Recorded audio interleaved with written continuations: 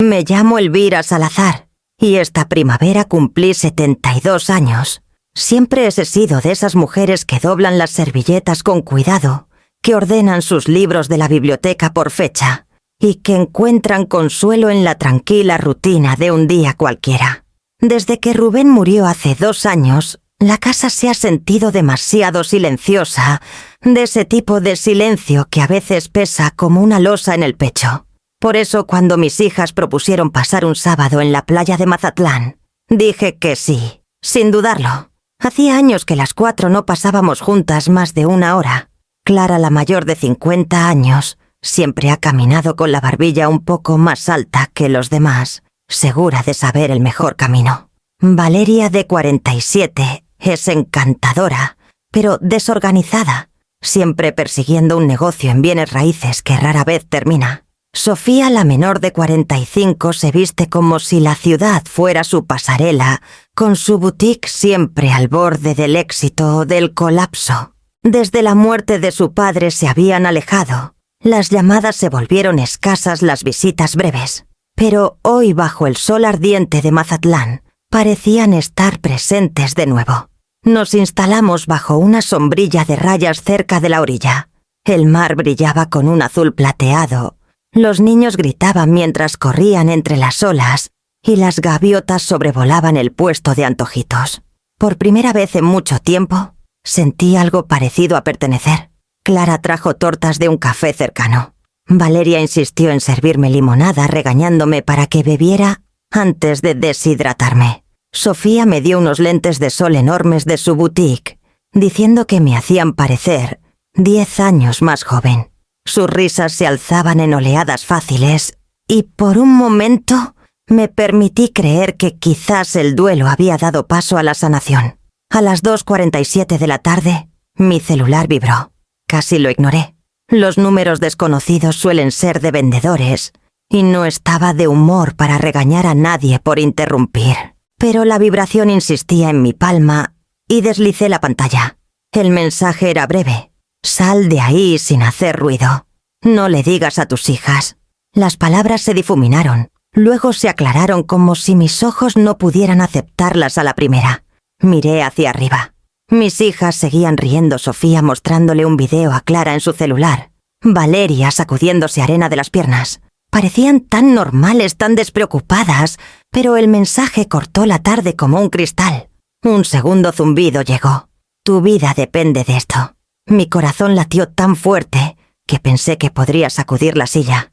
La brisa marina cálida toda la tarde, de repente se sintió fría contra mi piel. Tragué saliva, puse el celular boca abajo en mi regazo y me dije que no debía moverme rápido. Creo que necesito caminar un poco, dije llevándome la mano a la sien. Demasiado sol. Valeria estiró la mano hacia mi brazo. ¿Quieres que te acompañe? Forcé una sonrisa. No, cariño. Solo unos pasos para despejar la cabeza. Me puse de pie con las piernas temblorosas y sacudí la arena de mi falda. Cada paso hacia el estacionamiento se sentía como caminar sobre hielo frágil, consciente de que un movimiento en falso podía romperlo todo. Y entonces, al final del estacionamiento, lo vi un Ford rojo, encendido con una mujer parada junto a él, observándome. La grava del estacionamiento crujía bajo mis sandalias, cada paso más lento que el anterior. Tenía la inquietante sensación de ser observada, aunque al mirar atrás mis hijas seguían bajo la sombrilla, sus siluetas difuminadas contra el brillo del mar. Delante, en el borde del estacionamiento, el Ford rojo estaba encendido. Una mujer estaba junto a él con el cabello recogido en una coleta, los hombros tensos. Cuando me vio, sus ojos se abrieron. Levantó una mano como si no estuviera segura de saludar o mantener sus movimientos pequeños cuidadosos. Me detuve a pocos pasos con el corazón acelerado. Señora Salazar, dijo rápidamente con la voz temblorosa. Gracias a Dios que vino. Parpadeé y el reconocimiento llegó al enfocarme en su rostro. Marta. Hacía años que no la veía de cerca, pero la reconocí al instante. Marta Guzmán, de unos 30 y tantos, había trabajado en la casa de Clara, manteniendo todo en orden mientras mi hija mayor viajaba por trabajo. La recordaba como una joven callada, confiable siempre educada cuando yo pasaba por ahí.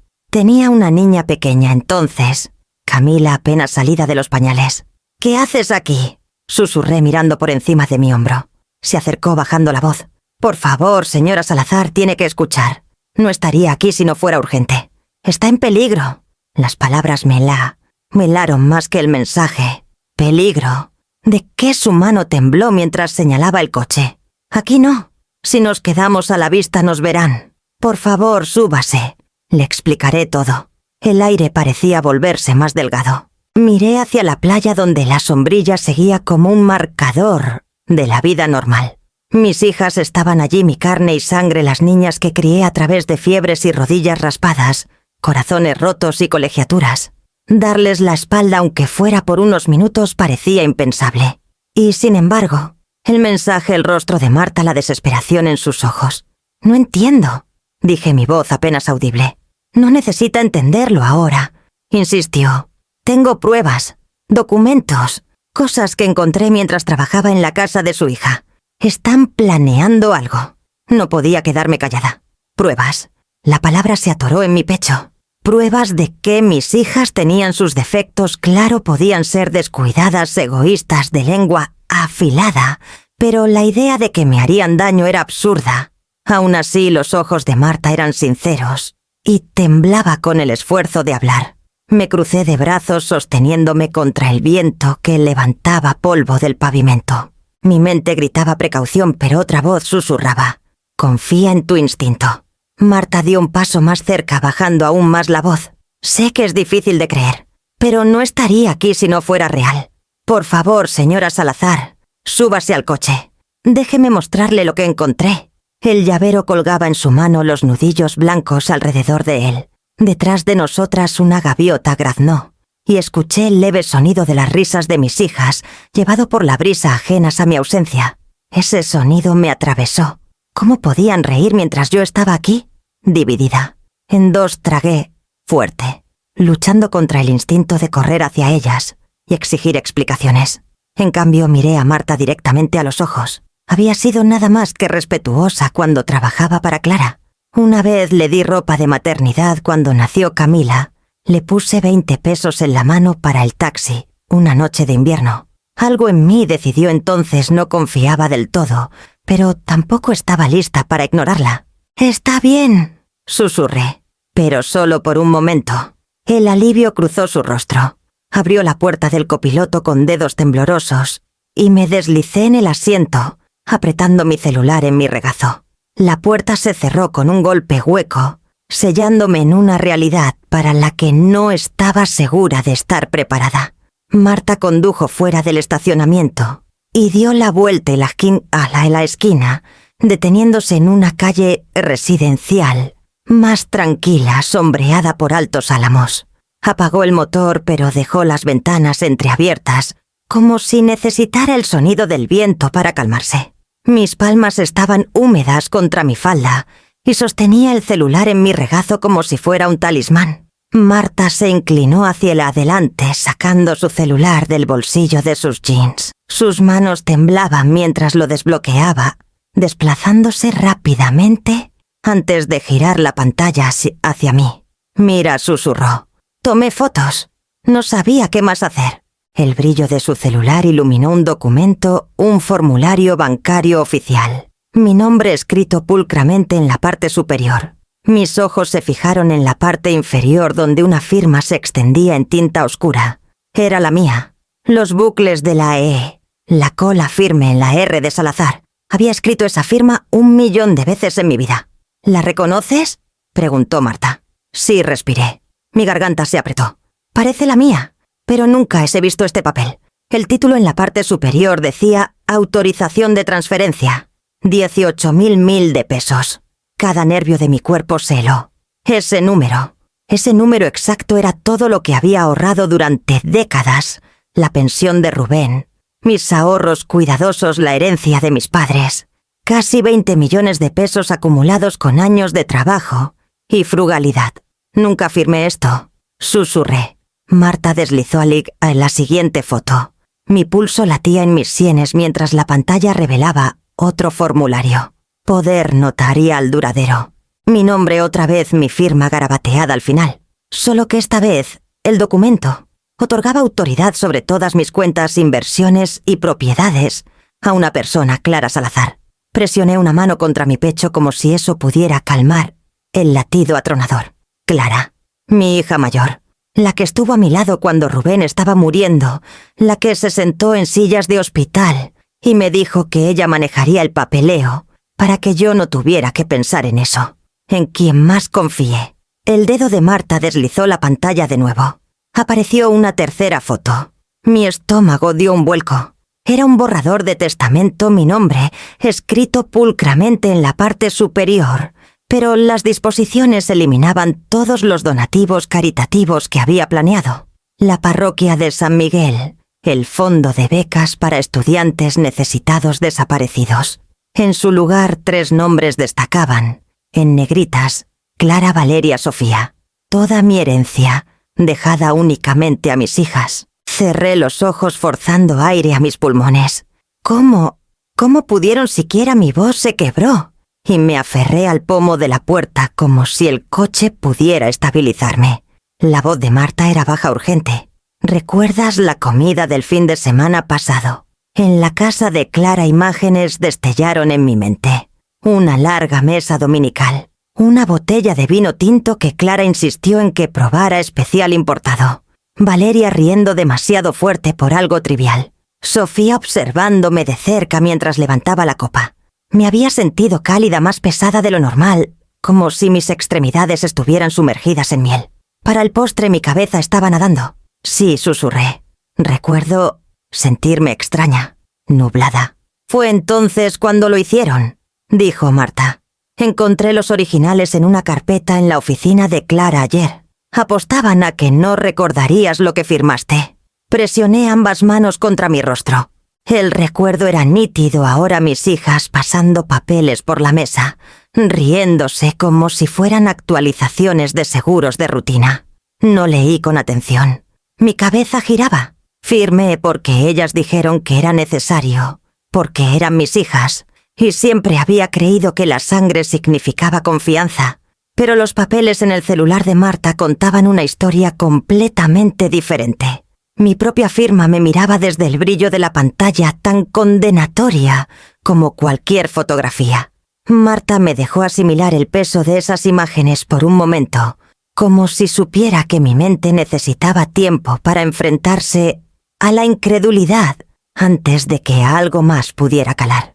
Mis ojos permanecieron fijos en esa pantalla brillante hasta que las letras se difuminaron. El testamento falsificado. El poder notarial. Mi nombre robado bajo mi propia nariz. Cuando finalmente habló de nuevo, su voz era más suave, casi cuidadosa. Hay más que debes saber. Bajé las manos de mi rostro, obligándome a mirarla. Mas mi garganta estaba áspera como si hubiera tragado humo. Ella asintió. Cuando estaba limpiando la cocina de Clara ayer, encontré una botella sin etiqueta detrás del especiero. Al principio pensé que era jarabe para la tos, pero el líquido era transparente. Reconocí la etiqueta de la farmacia medio arrancada, pero no del todo. Anoté el número de lote antes de que regresara. La miré tratando de entender. ¿Qué era bromazepam?, dijo Marta en voz baja. Es una benzodiazepina, usada para la ansiedad, a veces para dormir. Fuerte, pero no suele ser peligrosa a menos que se use mal. Hizo una pausa, pero esto no estaba recetado para Clara. La etiqueta estaba borrosa, pero lo revisé. No era de ella. Y no estaba almacenado como se guarda un medicamento. Parecía que lo habían diluido en otra botella, tal vez en vino. Vino. Mi estómago se retorció. Vi la mesa dominical, de nuevo la botella de Merlot, que Clara había servido con tanta insistencia, diciendo que tenía que probar lo que a Rubén le habría encantado. El dulzor pesado en mi lengua, el calor extendiéndose demasiado rápido por mis extremidades. Me sentí extraña esa noche, murmuré el recuerdo ahora nítido. Nublada. Pensé que era el duelo o el calor. Apenas podía mantener la cabeza en alto. Marta asintió sombríamente. Eso es exactamente cómo funcionan las benzodiazepinas. Ralentizan todo el habla, el movimiento, la memoria. En dosis altas pueden hacer que una persona sea dócil, confundida. Al día siguiente podrías no recordar lo que firmaste. Presioné mis palmas contra mis rodillas, deseando mantenerme erguida. ¿Y estás segura? Lo suficientemente segura como para arriesgarlo todo al venir aquí. Su voz se quebró un poco. Copié los detalles de la botella. Un amigo farmacéutico lo confirmó. Coincide con los síntomas que describiste. El coche se sentía más pequeño ahora, presionando con cada palabra. Mis hijas, mi propia sangre, habían vertido vino drogado y deslizado documentos bajo mi mano. Quería negarlo, aferrarme a la idea de que tal vez era un error, una confusión administrativa. Pero el recuerdo de esa noche pesada, las firmas borrosas en el celular de Marta y la palabra bromazepam, encajando en los espacios vacíos de mi memoria, como una pieza cruel de un rompecabezas. Todo encajaba demasiado bien. ¿Podrían probarlo? Mi voz era apenas un susurro. Marta dudó. Luego dijo, sí. Las benzodiazepinas pueden detectarse en muestras de cabello durante meses. Una prueba de laboratorio mostraría exposición. No diría quién te lo dio, pero probaría que lo ingeriste. La practicidad de eso me hizo estremecer. Evidencia. No solo sospecha, sino ciencia. Y, sin embargo, ¿qué importaba si la verdad significaba aceptar que las 3 personas que más amaba habían conspirado contra mí? Presioné mi frente contra el cristal frío de la ventana del copiloto. Una parrillada familiar. Risas, elotes, asados, el olor del viejo asador de Rubén, aún impregnado en el patio.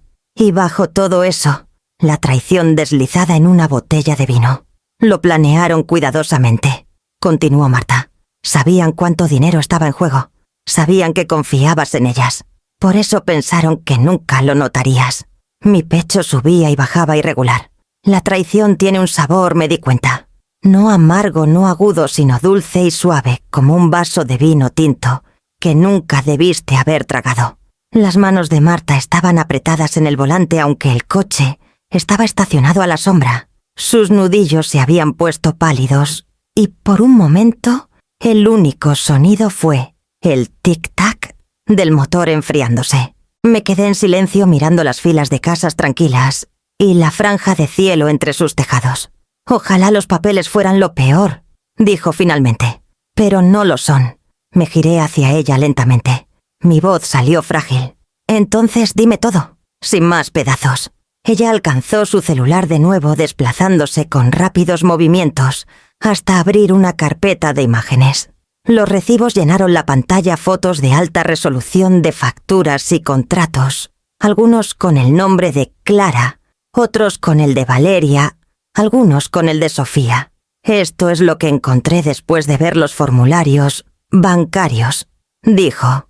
Empecé a buscar en los cajones de la oficina de Clara y en la bolsa de mensajero de Valeria cuando no estaban en casa. Estos no son recibos normales. Tocó la primera imagen. Un Mercedes-Benz SIG LC. 1.800.000 pesos comprado hace 2 meses, a nombre de Clara. La siguiente foto. Una escritura de un condominio frente al mar en Puerto Vallarta. 3.500.000 pesos a nombre de Valeria. Luego una tercera joyería de Cartier, 900.000 pesos, facturadas a una cuenta de crédito vinculada a la boutique de Sofía. Miré entumecida. No pueden pagar esto. Ninguna de ellas puede pagar esto. Eso pensé, dijo Marta en voz baja. Así que seguí buscando. Abrió otra imagen. Era un contrato del tipo impreso en papel barato, pero sellado, con un sello notarial. Acuerdo de préstamo privado, decía el encabezado. El nombre del prestamista hizo que mi estómago se anudara. Miguel el Cuchillo Fernández. La miré sin comprender. Lo llaman Miguel el Cuchillo, dijo mirándome. De la zona sur. Ha manejado operaciones de préstamos usureros durante años. Extorsión, amenazas, un par de casos que nunca llegaron a juicio porque los testigos desaparecieron. No da segundas oportunidades. Mi pulso latía en mis sienes. ¿Cuánto? El pulgar de Marta deslizó la pantalla. Clara le debe 3 millones de pesos. Valeria debe 2.400.000. Sofía debe 2.200.000. En total, 7.600.000 pesos, dije antes de que terminara. El número se sentía como si hubiera estado esperando en mi boca. Ella asintió sombríamente. Vence por completo el 20 de julio. 5 días a partir de ahora. El aire parecía idea de haber abandonado el coche. Agarré el borde de mi asiento para estabilizarme intentando imaginar a cada una de mis hijas en sus escritorios o en sus autos aparentemente respetables, pero hundiéndose bajo deudas con un hombre apodado por un arma. «Están desesperadas», continuó Marta. «Escuché a Clara por teléfono hace 2 noches. Estaba susurrando en la cocina después de la cena, pero aún pude captar algo. Dijo, tendremos los fondos antes del jueves. Dijo tu nombre. Dijo, el viejo problema estará resuelto». Mi boca se secó. «Viejo problema». Marta tragó fuerte. «Creo que se refería a ti». Miré mis manos. Mi anillo de bodas oro simple brillaba débilmente en la penumbra. Rubén había llevado su gemelo hasta el día que murió. Había criado a 3 hijas para que creyeran en la honestidad, la bondad y el trabajo duro. Y ahora estaba sentada en un coche estacionado, con evidencia de que habían pedido prestado hasta caer en una pesadilla y me habían marcado como su salida. «No solo están tratando de tomar tu dinero», dijo Marta voz baja. «Si los bancos retrasan las transferencias o si comienzas a hacer preguntas, podrían sentir que no tienen opción. Las personas bajo el pulgar de Miguel hacen cosas que nunca imaginarían». Presioné mis dedos contra mis labios cerrando los ojos contra el escozor. Las imágenes en el celular de Marta, autos brillantes, una escritura de condominio, collares de diamantes, eran solo accesorios en una obra para la que nunca audicioné. Había sido elegida como el pago final la solución a una deuda. Afuera un niño pasó pedaleando en una bicicleta chirriante, llamando a su amigo al otro lado de la calle. Su risa flotó por la ventana abierta incongruentemente brillante en el aire pesado. Me giré hacia Marta y me obligué a sentarme derecha. «Te creo», dije en voz baja. «No quiero, pero lo hago». Los hombros de Marta se relajaron con alivio. «Entonces tenemos que actuar ahora. La policía puede protegerte, pero solo si saben todo. Esperar podría ser peligroso». Tomé una última mirada y a las fotos en su celular, antes de que las cerrara como si cerrara una puerta a una pesadilla. En 5 días mis hijas pagarían a Miguel, o harían algo mucho peor. Y en ese momento entendí lo que eligiera a continuación decidiría si vivía para ver el final de la semana. Las luces fluorescentes de la comisaría de policía de Mazatlán eran un interrogatorio en sí mismas, brillantes constantes, negándose a dejar que nadie se escondiera en las sombras. Marta y yo nos sentamos en sillas de vinil, en una pequeña sala de entrevistas, mientras un joven oficial tomaba nuestras declaraciones. Mis manos aún temblaban por el trayecto, el zumbido del coche, reemplazado por el tic-tac hueco de un reloj de pared. Tras lo que pareció una hora entró un hombre en ropa de civil. Tenía la presencia de alguien que se había ganado el derecho a ser escuchado.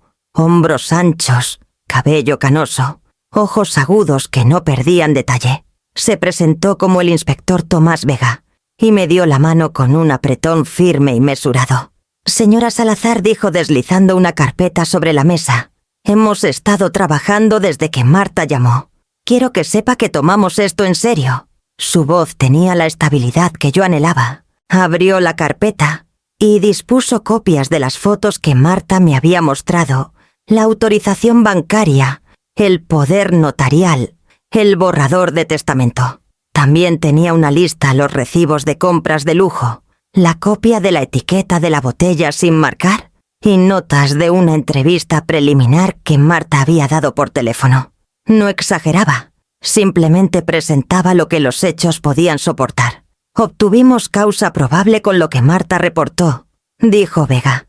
Su testimonio combinado con la evidencia fotográfica y alguna actividad financiera corroborante de los bancos nos dio suficiente para presentar una declaración jurada a un juez. «Tenemos órdenes de cateo emitidas esta mañana para las residencias de Clara Valeria y Sofía».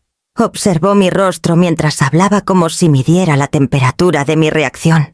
El alivio me inundó rápido y agudo. «¿Ya están buscando?», pregunté. «Sí. Los equipos fueron desplegados hace 2 horas», respondió. «También congelamos las cuentas señaladas en el papeleo de transferencia. Eso evita cualquier movimiento mientras investigamos. Las palabras sonaban protectoras y definitivas a la vez, pero la siguiente frase de Vega me impactó más que la primera. Hay más que necesitamos algo que las órdenes y los resultados de laboratorio no pueden darnos solos. Explicó pacientemente que, aunque los documentos bancarios y el análisis químico podían mostrar falsificación y la presencia de benzodiazepinas en mi sistema, los fiscales querían confesiones directas e incriminatorias. Esas confesiones capturadas en audio o video contemporáneo solidificarían el caso contra la conspiración y el intento de asesinato. Las declaraciones grabadas son poderosas en la corte, dijo. Eliminan el él, ella dijo, y ponen la verdad en cinta. El rostro de Marta palideció, pero se mantuvo resuelto. Sentí mi aliento detenerse. La idea de volver a la casa de mis hijas, sentarme en su sala, fingir que nada estaba mal, mientras micrófonos y cámaras ocultas grababan cada palabra, sonaba como algo de un drama judicial, no de mi vida.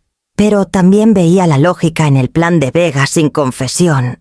Abogados astutos podrían argumentar coacción o malentendido. Vega delineó la operación con meticuloso cuidado. Regresaría a la casa de una de las hijas, actuando naturalmente, preocupada, un poco dispersa, como realmente me sentía. Estaría equipada con 3 dispositivos discretos, un micrófono de botón cosido en mi blusa, una cámara del tamaño de una moneda, adherida hacia un par de lentes, y un bolígrafo de pánico con GPS que alertaría silenciosamente a los oficiales si me sentía amenazada. Marta estaría dentro como mi apoyo. La vigilancia estaría estacionada en la cuadra y una unidad de respuesta rápida estaría a 90 segundos si activaba el dispositivo. Le explicaremos todo, dijo Vega. No lo hará sola. Nuestro equipo monitoreará la transmisión en tiempo real. Si en algún momento se siente insegura, presione el bolígrafo una vez y entraremos. Presiónelo 2 veces y lo trataremos como una emergencia. Su profesionalismo me reconfortó, pero no completamente. Pensé en las manos de Clara guiando las mías mientras firmaba papeles en la voz de Valeria, consolándome en la preocupación practicada de Sofía. Volverse a esa casa era entrar en una habitación donde las sombras ya conocían mi rostro. Inspector, dije tras tragar con dificultad, si esto es lo que se necesita para probar la verdad, entonces haga lo que deba. Mi voz me sorprendió con su firmeza. Vega me dio un asentimiento breve, casi privado. La llevaremos a través de esto, señora Salazar. Nos aseguraremos de tomar todas las precauciones. Me llevaron a una pequeña sala de equipos donde un joven técnico demostró cada pieza. El micrófono de botón no era más grande que un botón de camisa. La cámara estaría montada en un par de lentes de lectura comunes. El bolígrafo de pánico parecía exactamente un bolígrafo. Cuando Marta apretó mi mano, el temblor había desaparecido. Teníamos un plan. Mientras cosían el primer dispositivo en la tela de mi blusa, sentí el peso de lo que estaba a punto de hacer asentarse en mis huesos, constante e inquebrantable. Los dedos del técnico se movían ágilmente cosiendo el pequeño micrófono en el forro de mi blusa como si estuviera arreglando un botón suelto. Explicó que el micrófono capturaría sonido en un radio de 4 metros, transmitiendo directamente a la camioneta de mando móvil, estacionada a pocas cuadras de la casa de Clara. Asentí tratando de no pensar en lo absurdo de todo esto yo, una viuda de 72 años preparándome para una operación encubierta contra mis propias hijas. Luego vinieron los lentes. Los marcos parecían normales, incluso elegantes, pero entre las bisagras estaba una cámara diminuta, no más grande que una semilla. Cuando me los puse, el técnico ajustó las patillas hasta que el ángulo fue perfecto. Lo que veas lo veremos, me aseguró. Forcé una sonrisa débil, aunque la idea de alguien más mirando a través de mis ojos me inquietaba más de lo que quería admitir. Finalmente puso un bolígrafo en mi mano. Elegante negro común. Este es tu salvavidas, dijo. Un clic nos dice que estás incómoda. 2 clics indican extracción inmediata. 3 significa peligro mortal. Entramos sin dudar. Sostuve el bolígrafo como si fuera tanto arma como cuerda de salvamento. Era asombroso cómo algo tan pequeño podía marcar la diferencia entre sobrevivir la noche y convertirme en un titular en el periódico de mañana. Marta estaba cerca con los brazos cruzados fuertemente, escuchando cada instrucción, con la concentración de alguien listo para enfrentar una batalla mucho más grande que ella. Cuando terminó la sesión informativa, habló antes de que yo pudiera. «Voy a entrar con ella». El inspector Vega levantó una ceja. «Eso no estaba en el plan original». «Me conocen», insistió Marta. «Están acostumbradas a verme de fondo sirviendo bebidas, limpiando, manteniéndome al margen. Si estoy allí, se sentirá natural. Y puedo asegurarme de que no coma ni beba nada que no deba». Vega la estudió por un largo momento. Luego dio un solo asentimiento. «Está bien. Serás su sombra. Pero recuerda, estás ahí para apoyar, no para confrontar. Si las cosas escalan, déjanos manejarlo». Marta aceptó sin dudar. La miré con la garganta apretada. En el lapso de una semana había arriesgado todo su trabajo, su seguridad, la estabilidad de su hija, todo por protegerme. Esa lealtad contrastaba brutalmente con la traición de mi propia carne y sangre. Cuando terminaron los preparativos, Vega nos dio un breve receso antes de partir. Salí al pasillo, la luz fluorescente bañando las baldosas pálidas, y me apoyé contra la pared fría. Por primera vez desde la playa me permití cerrar los ojos. Las imágenes inundaron mi mente, la sonrisa de Rubén, mientras cortaba el asado dominical, Clara, trenzando el cabello de sus hermanas Valeria, persiguiendo luciérnagas en el patio trasero, Sofía pintándose las uñas con mi esmalte robado. Mis hijas de niñas, mis hijas, antes de que la ambición y la deuda las convirtieran en extrañas. Ahora esas mismas hijas esperaban en una casa llena de sofás de cuero y risas falsas, ya ensayando cómo explicarían mi dinero. Me pregunté si también habían ensayado mi muerte. El pensamiento perforó más profundo que cualquier daga. Marta tocó mi brazo suavemente. «Señora Salazar», dijo, «lo superaremos. Eres más fuerte de lo que crees». Abrí los ojos. Su rostro sincero, firme, era un recordatorio de que no toda lealtad nace en la cuna. A veces se elige, se construye a través del respeto y la decencia. Inhalé lentamente, estabilizando mi respiración, y ajusté los lentes firmemente en su lugar. El peso de los dispositivos no era nada comparado con la pesadez en mi pecho. El terror presionaba contra mis costillas, sí, pero también algo más afilado, la resolución de una madre que ya no se dejaría usar, drogar ni firmar. Cuando Vega regresó para escoltarnos a la camioneta, apreté el bolígrafo de pánico una última vez, probando su equilibrio en mi palma. Mis manos sorprendentemente estaban tranquilas. Estábamos listas, o al menos teníamos que estarlo. La casa de Valeria parecía cálida y acogedora desde afuera, luces del porche brillando, cortinas a medio abrir, una corona de lavanda seca en la puerta. Podría haber sido la casa de cualquier familia en una noche de verano. Pero mientras Marta y yo subíamos los escalones, sentía el peso de los lentes en mi nariz, el leve tirón del micrófono oculto en mi blusa y el bolígrafo delgado escondido en mi bolsillo. Mi corazón marcaba el ritmo de mis pasos. La puerta se abrió antes de que pudiera tocar. Valeria estaba allí con los ojos muy abiertos, una mano presionada dramáticamente contra su pecho. «Mamá, nos diste un susto de muerte hoy.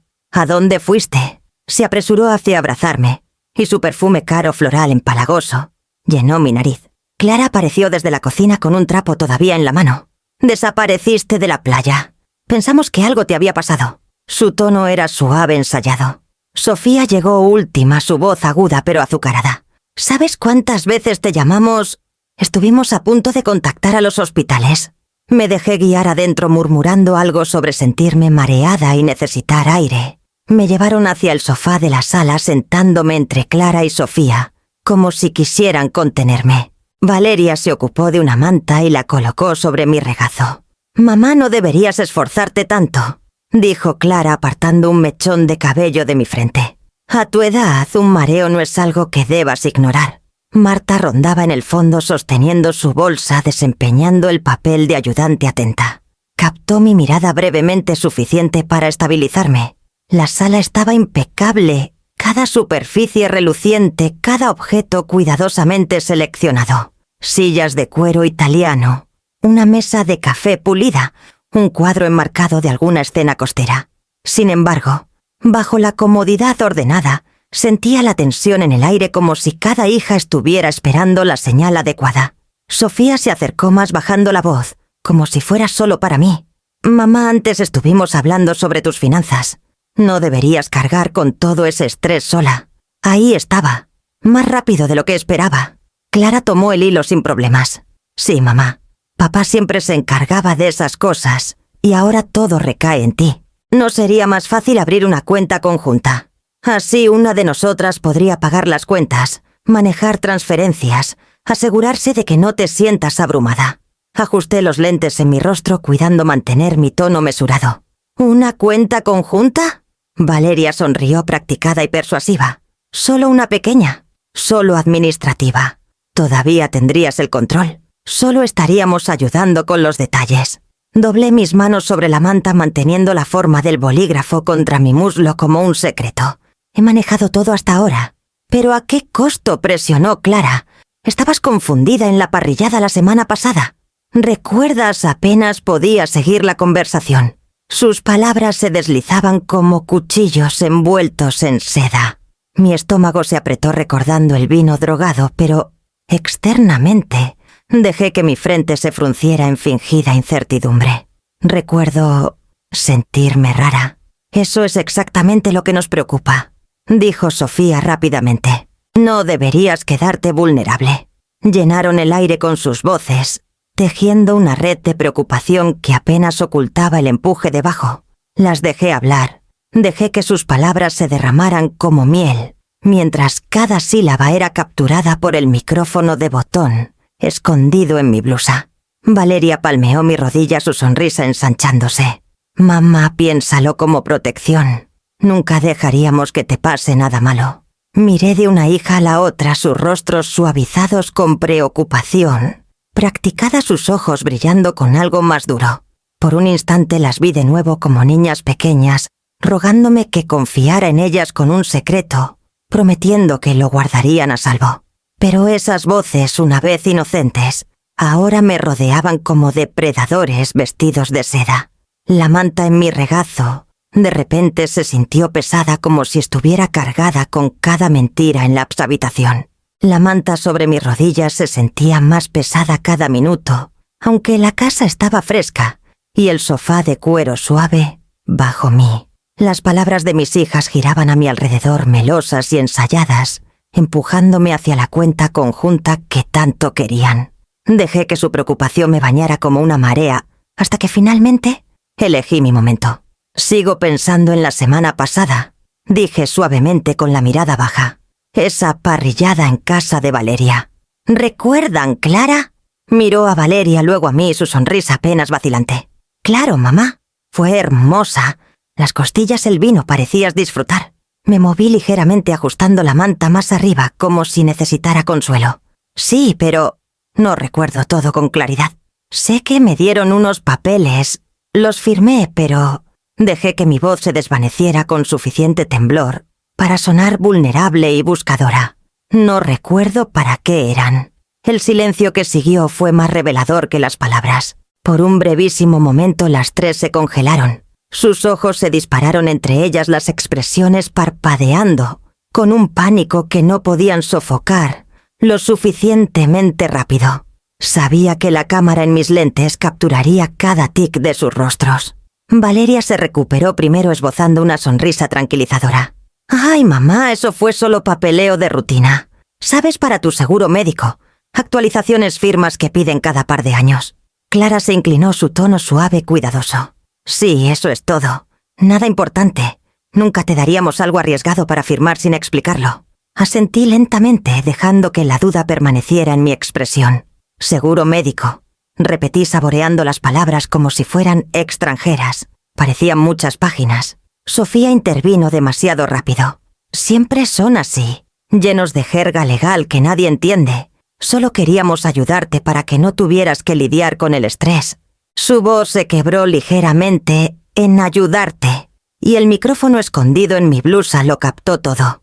Las miré una por una estudiando sus máscaras cuidadosamente arregladas, sus manos dobladas demasiado pulcramente, sus hombros demasiado quietos, sus ojos rehusándose a descansar en los míos por más de un latido. Durante años había culpado la distancia al duelo, a horarios ocupados, a los años difíciles tras la muerte de Rubén.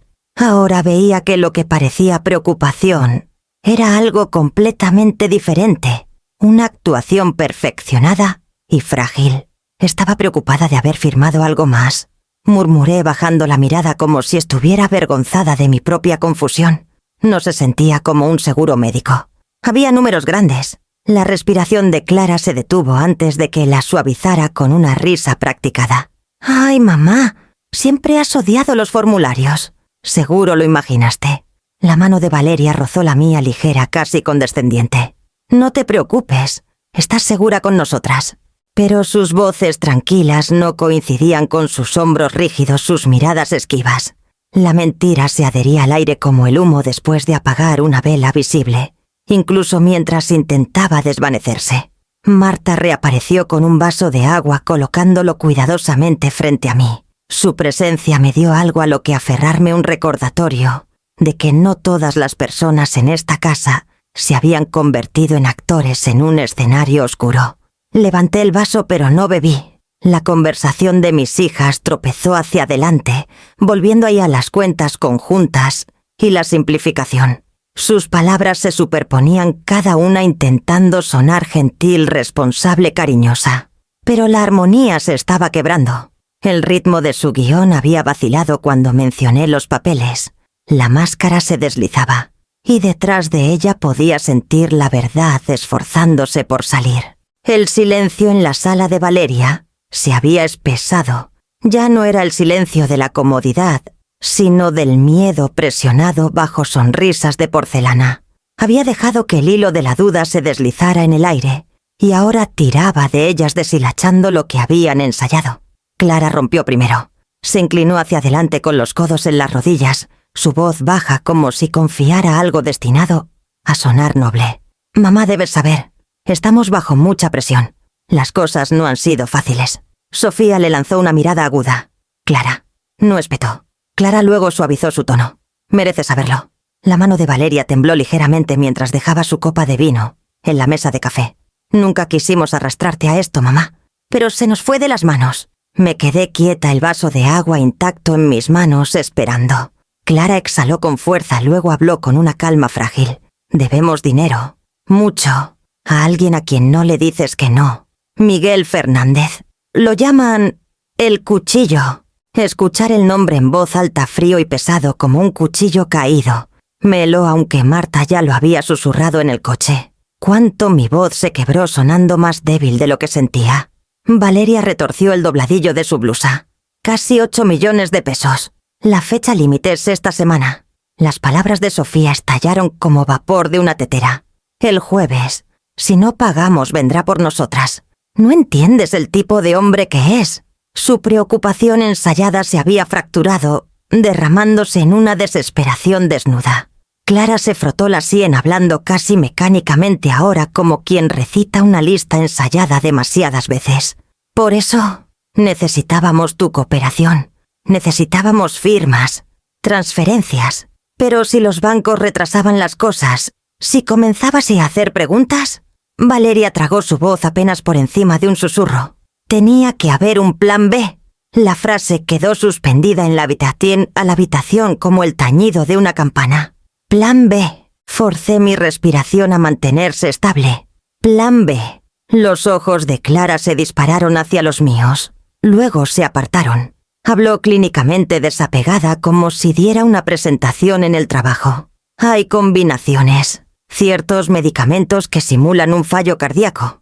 En alguien de tu edad parecería natural». La habitación se inclinó ligeramente, aunque sabía que era solo la fuerza de sus palabras. Mi propia hija hablando de mezclar sustancias para acabar con mi vida tan casualmente como podría recitar los efectos secundarios de un medicamento. Valeria se movió en su asiento, sus labios temblando. Yo investigué arreglos, servicios de cremación, rápidos.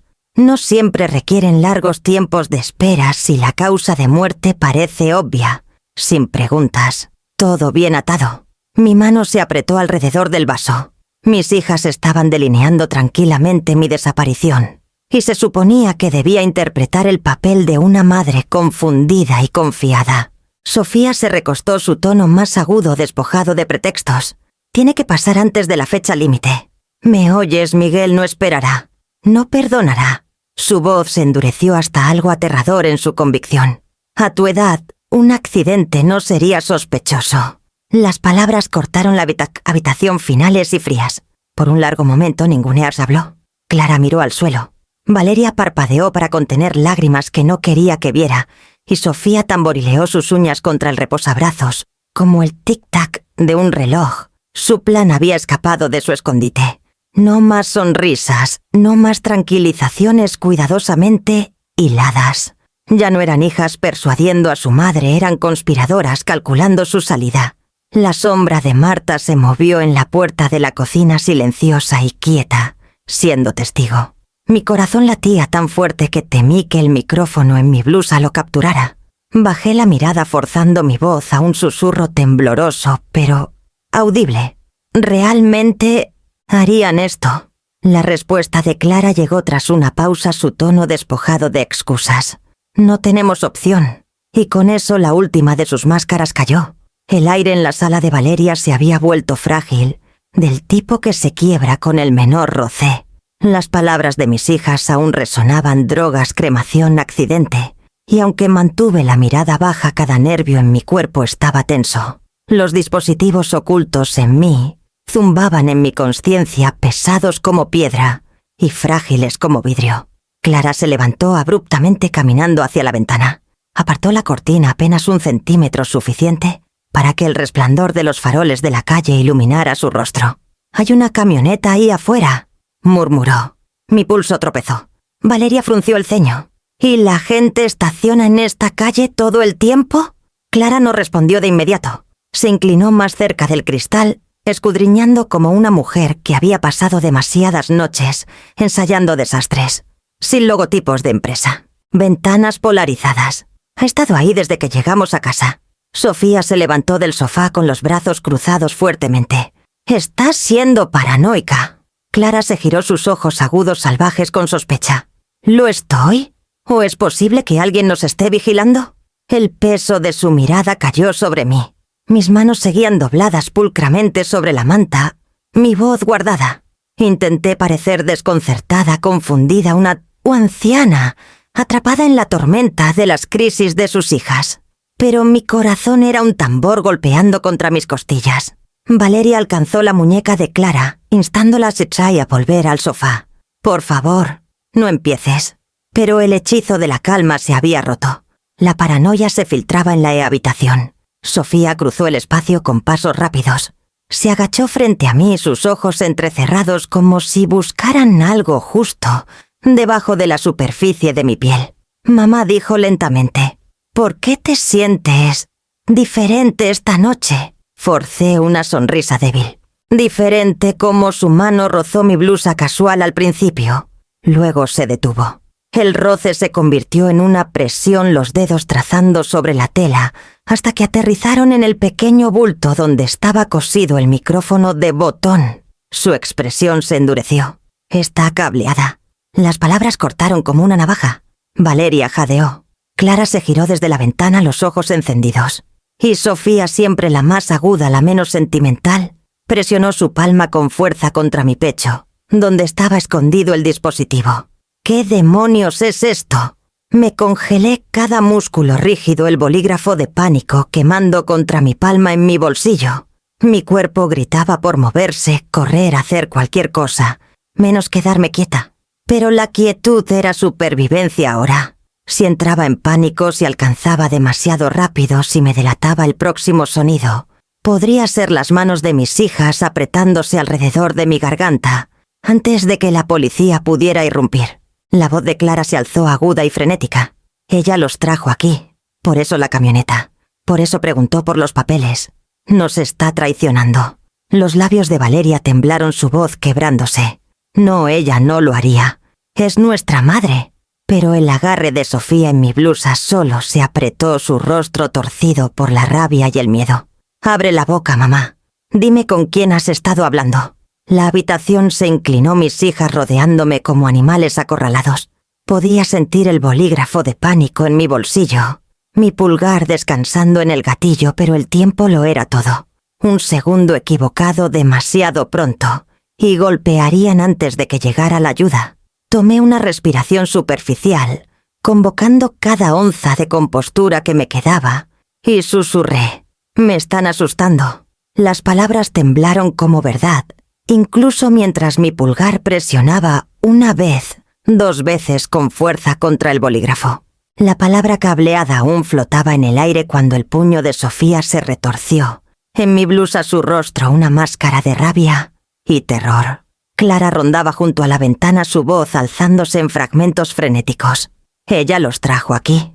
Nos traicionó. Valeria permanecía clavada junto al sofá, susurrando: «No, no, no», como si la negación pudiera detener las paredes que se cerraban. Y entonces, las paredes se rompieron. La puerta principal explotó hacia adentro con un crujido de madera y un trueno que sacudió las ventanas. Astillas rociaron el suelo pulido. Oficiales vestidos de oscuro irrumpieron por la entrada, cascos bajos, rifles levantados, voces resonando en comandos cortantes. «Policía de Mazatlán, manos donde podamos verlas». El caos detonó. Clara gritó retrocediendo contra la pared. Valeria levantó ambos brazos en el aire, lágrimas surcando sus mejillas. Sofía se congeló con su mano aún cerrada en mi blusa, sus ojos abiertos con algo entre furia y miedo. «Suéltala. Al suelo ahora». La orden gritada vino de un sargento con un escudo atado a su brazo. El agarre de Sofía se aflojó. Luego cayó. Me deslicé contra los cojines del sofá, mi corazón martilleando tan fuerte que tragaba los gritos. 2 oficiales corrieron hacia mí, apartándome suavemente, sus manos firmes, pero cuidadosas. «Estás a salvo, señora. Quédate con nosotros». El peso de su presencia me ancló incluso mientras la habitación giraba con gritos y botas, pisando fuerte. La voz de Clara cortó el alboroto. «No pueden hacer esto. Somos sus hijas». Al suelo boca abajo ladró un oficial. Ella obedeció con un sollozo, presionada contra la alfombra, mientras sus muñecas eran atadas con esposas de plástico. Valeria lloró abiertamente, suplicando incluso mientras sus brazos eran jalados detrás de ella. «Mamá, diles. No quisimos, por favor. Solo necesitábamos ayuda». Pero sus palabras se ahogaron bajo el chasquido metálico de las esposas y las órdenes agudas resonando contra las paredes. Sofía resistió más tiempo retorciéndose, gritando: «Ella miente. Todo es una trampa», antes de que 2 oficiales la forzaran a arrodillarse y jalaron sus manos detrás de su espalda. Su desafío se quebró solo cuando me vio yo parada allí, temblando, pero viva. Algo como reconocimiento parpadeó en sus ojos. Luego se endureció en odio. Presioné una mano temblorosa contra mi pecho. Respirar se sentía como jalar aire a través de fragmentos de vidrio. La casa momentos atrás, un escenario para complots susurrados, ahora estaba llena del traqueteo de radios y los pasos pesados de botas contra el suelo de madera. Los oficiales recorrieron la cocina, el pasillo, asegurando cada habitación. La corona de lavanda en la puerta principal se balanceaba locamente por el impacto, los pétalos cayendo al suelo como ceniza. Uno de los detectives se agachó frente a mí. Tenía ojos amables, firmes y tranquilizadores. «Señora Salazar, estás a salvo. Los tenemos». Asentí mudamente, incapaz de formar palabras. Mi garganta estaba apretada, mi voz perdida en la tormenta de comandos y sollozos. Marta apareció a mi lado, su mano ligera en mi hombro. «Se acabó», susurró, aunque sus ojos brillaban con la misma incredulidad que me sacudía. «Estás viva». Al otro lado de la ciudad, en ese mismo momento, otra puerta se astillaba. En un departamento de la zona sur, Miguel el Cuchillo Fernández estaba siendo arrastrado, bajo custodia, maldiciendo en español, mientras los oficiales lo sacaban su imperio, colapsando bajo el peso de libros contables confiscados y testigos asustados, ahora dispuestos a hablar. Las redadas sincronizadas habían sido orquestadas al segundo. La conspiración de mis hijas y el imperio sombrío de Miguel estaban vinculados, deshechos juntos. De vuelta en la sala de Valeria, el ruido comenzó a disminuir. Mis hijas estaban alineadas, esposadas y furiosas, sus voces roncas de gritar. Los oficiales las mantenían firmes sus placas, capturando la luz dura. Estaba allí temblando cada articulación, vibrando pero aún de pie. Viva, viva cuando minutos atrás había estado sentada en ese sofá, escuchando a mis hijas discutir mi funeral. El Tribunal de Justicia de Sinaloa tenía el olor de madera vieja y papel, la historia presionada en cada crujido de los bancos y cada eco del mazo. Me senté en uno de esos bancos esa primera mañana, mis manos apretadas fuertemente en mi regazo, el aire a mi alrededor fresco pero pesado. Mis hijas fueron llevadas al tribunal en cadenas, vestidas, no con sus blusas elegantes y joyas, sino con uniformes de prisión simples. Incluso entonces, aún podía ver a las niñas que una vez fueron la barbilla afilada de Clara levantada en desafío, los labios temblorosos de Valeria, los ojos de Sofía duros como piedra. El juicio comenzó con la voz firme del fiscal, el licenciado Daniel López, exponiendo el caso. No embelleció, no lo necesitaba. Damas y caballeros del jurado escucharán, en sus propias palabras, los planes que estas mujeres hicieron para la muerte de su madre. Escucharán cómo el dinero, menos de 10 millones de pesos, se volvió más importante que la sangre. Miré hacia mis manos dobladas mientras hablaba, forzando mi corazón a mantenerse estable. Cuando se reprodujo la primera grabación, el tribunal quedó en silencio, salvo por el siseo de los altavoces. La voz de Clara llenó la sala calma clínica, hablando de combinaciones de medicamentos para simular un ataque cardíaco. Luego los tonos más suaves de Valeria, vacilantes, susurrando sobre servicios de cremación que podrían arreglarse en horas. Finalmente la voz de Sofía, dura y clara. A su edad, un accidente no sería sospechoso. Las palabras ya grabadas en mi memoria parecían más frías cuando resonaban en esa cámara estéril. Algunos jurados se movieron incómodos, sus ojos cortando hacia las acusadas. Mis hijas se quedaron quietas, aunque el rostro de Valeria se arrugó como si fuera a llorar. Luego Marta tomó el estrado. Llevaba una blusa azul sencilla, el cabello recogido pulcramente, y habló con la misma convicción tranquila que había visto en el estacionamiento ese día. Describió sus años trabajando para Clara, su descubrimiento de los documentos, la botella escondida en la cocina. Relató lo que había escuchado, las llamadas susurradas a Miguel el Cuchillo Fernández, el miedo en la voz de Clara mientras prometía que el problema estaría resuelto. Cuando los abogados defensores se levantaron para interrogarla, su tono era agudo, destinado a perforar. «Señorita Guzmán, ¿no es cierto que temía por su propio empleo? ¿Que resentía el trato de Clara hacia usted? ¿Que tal vez exageró lo que escuchó?» Marta no vaciló. No tenía razón para inventar nada. Arriesgué mi sustento y mi seguridad para decir la verdad. Lo hice porque la señora Salazar merecía saber que su vida estaba en peligro. Sus palabras resonaron en el aire como una campana. La defensa presionó más fuerte, insistiendo, una y otra vez, en la coacción.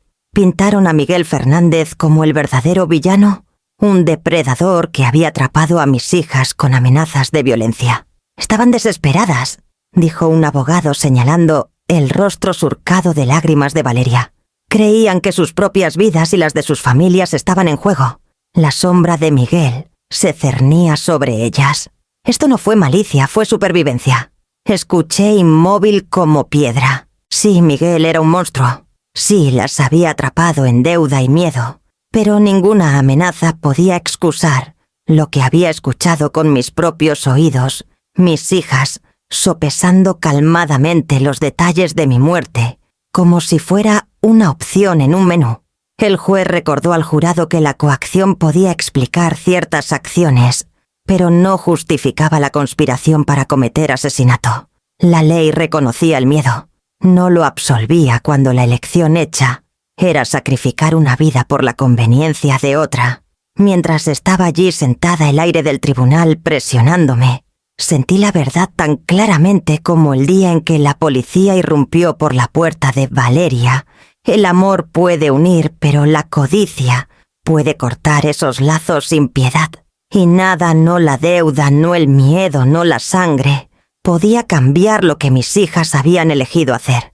El aire del tribunal siempre era pesado, pero el día que me llamaron a testificar, sentí que podría asfixiarme.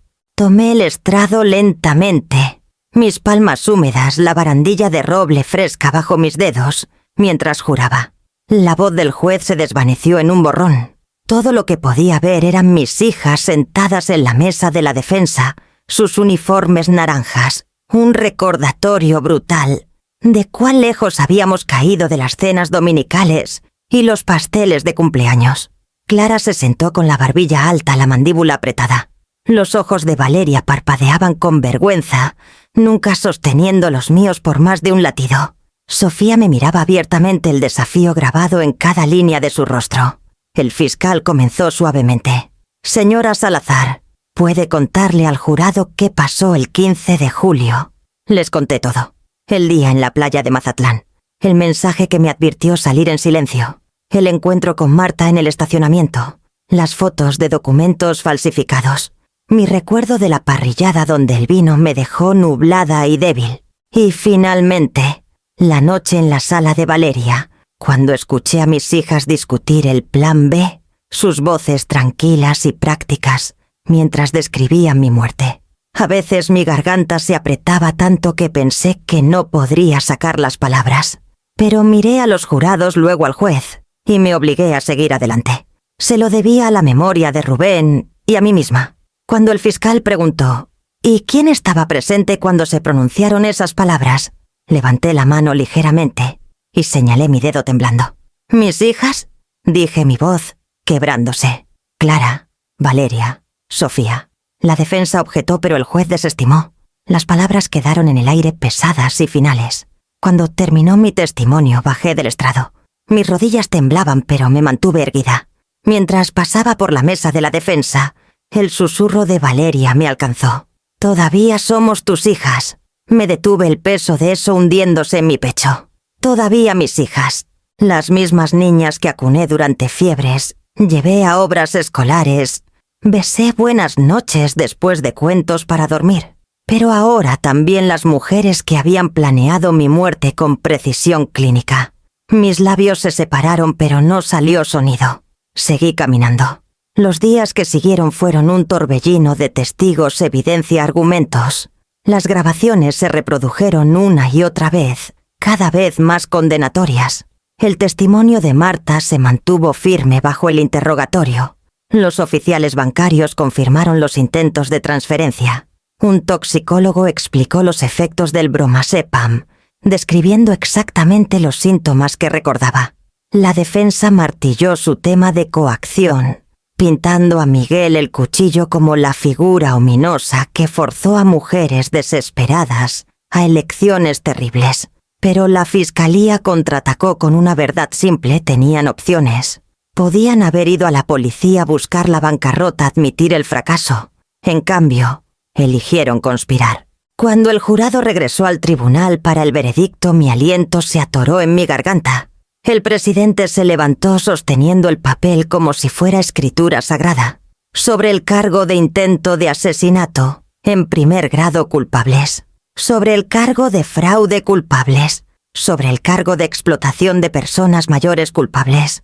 Cada palabra caía como una piedra en aguas profundas, ondulando hacia y afuera, hasta llenar la sala. El rostro de Clara palideció. Valeria lloró abiertamente, los hombros temblando. Sofía apretó la mandíbula mirando al frente, inquebrantable, incluso mientras el juez agradecía al jurado por su servicio. Me quedé congelada, mis manos apretadas tan fuerte que dolían. Sabía que esto venía, pero saberlo no suavizó el golpe. Mis hijas, las hijas de mi cuerpo, la familia que una vez creí inquebrantable, ahora eran criminales convictas. Mientras los alguaciles se movían para escoltarlas, Clara finalmente se giró, su voz aguda y desesperada. «Mamá». Valeria la hizo eco entre sollozos. Mamá, por favor, no quisimos. Incluso los ojos de Sofía se desviaron hacia mí, aunque sus labios permanecieron apretados. No podía hablar. Mi garganta se cerró alrededor de la palabra que querían. Todavía me llamaban mamá, pero en ese momento ya no sabía si podía responder. La primera carta llegó 3 semanas después del veredicto, reenviada a Repesacpali a través de la oficina de mi abogado. El sobre llevaba la tinta borrosa del correo penitenciario, la letra instantáneamente familiar, los bucles de Clara cuidadosos y precisos, la misma escritura que usaba en tarjetas de agradecimiento cuando era niña. Escribió sobre arrepentimiento, sobre miedo, sobre noches que no podía dormir en su celda. Suplicaba que entendiera que la deuda la había acorralado, que no había querido realmente mi muerte. Las palabras se extendían por 3 páginas formales, pero quebrándose en lugares donde la desesperación se filtraba. La carta de Valeria llegó después, más corta, más temblorosa. Escribió sobre la vergüenza, sobre cómo el sonido de mi voz en el estrado perseguía sus sueños. Me rogó que no la odiara, dijo que aún podía escuchar la risa de Rubén en su memoria, y quería creer que él también la perdonaría. La carta de Sofía fue la última, sin disculpas, sin vergüenza, solo una insistencia aguda de que yo las había traicionado, que la sangre debería haber sido más fuerte que la ley. Afirmó que el juicio había sido una trampa, que Miguel era el verdadero enemigo. Terminó con 4 palabras garabateadas en tinta desigual. Todavía somos tus hijas. Leí cada carta en silencio una tras otra, guardándolas pulcramente en un cajón. Cuando terminé, las palabras removieron duelos, sí, pero no la confusión que alguna vez habrían causado. Había vivido demasiado tiempo con el duelo para confundirlo con obligación. En mi escritorio una mañana tranquila escribí mi respuesta. No para ellas directamente, sin direcciones, sin buzones de prisión, sino para mí, una forma de cortar el último hilo de culpa. El perdón me libera, escribí en una letra cuidadosa y deliberada. Pero no las libera a ustedes. Libero el peso de lo que hicieron. Lo dejo para que ya no aplaste mi pecho. Pero el perdón no significa regreso. No significa reconciliación. Son mis hijas en nombre, pero la familia no es una palabra que preste a la ligera nunca más. Perdono y sigo adelante. Sola pero libre. Doblé la página, la metí en un sobre sin estampilla y la guardé en la parte trasera de mi diario. No era una carta para ellas, era una carta para mí. La casa se sentía diferente después de eso. Más ligera, más silenciosa, de una manera que consolaba en lugar de sofocar.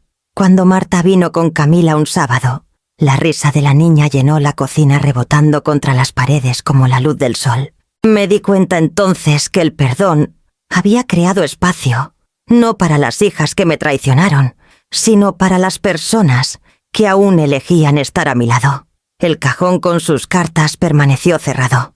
Mi propia carta se quedó en mi diario, y la puerta entre nosotras, aunque ya no encadenada por la amargura, nunca se abriría de nuevo. Cuando Rubén y yo solíamos caminar juntos por la costera, él señalaba los bancos donde los ancianos jugaban dominó, y decía: «Tienen más sabiduría que oro». Lástima que nadie protege ninguna de las dos. Sus palabras volvieron a mí la mañana que firmé los documentos fundacionales del Centro Rosa para la protección de adultos mayores. El nombre fue mío, pero el corazón era de él. Rubén siempre creyó que la dignidad era la única herencia por la que valía la pena luchar. Ahora, con la fortuna que mis hijas alguna vez intentaron robar, estaba decidida a construir algo que no se desvaneciera en la codicia. El Centro Rosa abrió en un modesto edificio de ladrillo en el norte de Mazatlán, con la luz del sol entrando por amplias ventanas. Adentro, las salas se llenaron rápidamente de personas con sus propias historias de traición. Abuelos estafados por llamadas falsas, viudas presionadas para firmar sus casas, veteranos engañados por prestamistas depredadores. Por primera vez no estaba sola en mi experiencia. Éramos una reunión de sobrevivientes, y el centro se convirtió en nuestro refugio. Primero ofrecimos ayuda legal a abogados voluntarios que revisaban contratos sospechosos, que explicaban derechos en un lenguaje sencillo. Luego vinieron las sesiones de terapia, salas tranquilas, donde el duelo y la vergüenza finalmente podían ser expresados en voz alta. Los martes por la noche realizábamos talleres cómo detectar firmas falsificadas, cómo rechazar la coerción, incluso cuando venía de la familia. Yo impartí la primera sesión mi voz temblorosa, pero estabilizándose mientras hablaba las palabras. El respeto no es opcional. Es el alquiler que alguien paga para quedarse en tu vida. Marta fue mi primera elección como directora. Tomó el puesto sin dudar, su espalda recta, su voz firme en reuniones con abogados y donantes. Viéndola en esa oficina me di cuenta de que había salvado más que mi vida había ayudado a dar a luz este nuevo capítulo. Y luego estaba Camila, ya no la pequeña que recordaba, sino una adolescente de ojos brillantes con un ingenio rápido. A menudo venía después de la escuela, ayudando con las computadoras, arreglando sillas antes de los talleres. Una tarde me dio una tarjeta hecha a mano. Dentro, escrito con marcador verde, estaban las palabras: «Gracias, abuela Elvira».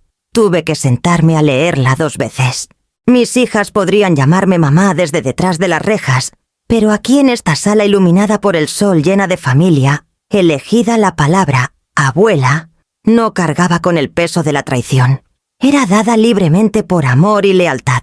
Pegué la tarjeta de Camila en el tablero de anuncios, sobre mi escritorio junto a la foto de Rubén. Su sonrisa parecía aprobar, como si él también creyera que la sangre no era la única medida de parentesco. El Centro Rosa creció rápidamente. Pronto otras ciudades llamaron preguntando cómo replicar lo que habíamos construido. Pero para mí no se trataba de la expansión. Se trataba de entrar en ese edificio cada mañana respirando aire que ya no sabía miedo y escuchar risas resonar en pasillos una vez silenciosos. Había perdido a 3 hijas, pero había ganado algo que se sentía aún más fuerte: una familia elegida por la verdad, la lealtad y el respeto. La Nochebuena llegó con una ligera nieve cayendo sobre Mazatlán, del tipo que suavizaba el ruido de la ciudad y hacía que los faroles brillaran como halos. En el Centro Rosa, las ventanas resplandecían con la luz de las velas, cada llama reflejada en el vidrio brillante contra la oscuridad del invierno. Adentro el aire llevaba el aroma de guirnaldas de pino y té de canela.